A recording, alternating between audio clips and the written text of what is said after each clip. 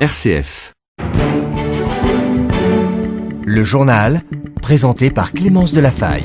Demain débutera officiellement le Ramadan. Ahmed Ogras, le président du Conseil du culte musulman, l'a annoncé hier à la Grande Mosquée de Paris. Mois de jeûne, mais aussi de la piété et du partage. Le Ramadan est suivi par plus de 70% des 4 à 5 millions de fidèles musulmans estimés en France. Un mois donc de conversion, de prière, de charité, pour certains de pèlerinage. Un mois aussi marqué par le jeûne. Quel est le sens de ces privations de l'aube au coucher du soleil? Une question posée par Michaël Desjardins de RCF Belfort à l'islamologue Yanis Maïl.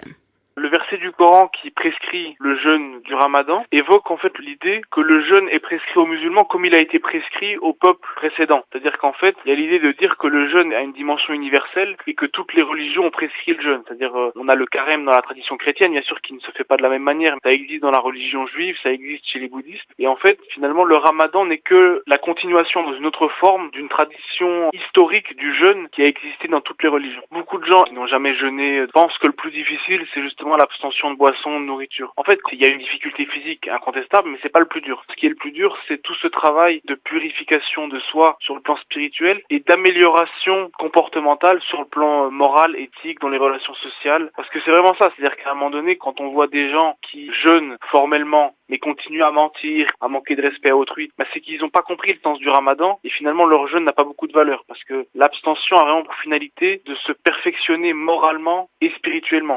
C'était l'islamologue Yanis Maïl au micro de Michaël Desjardins.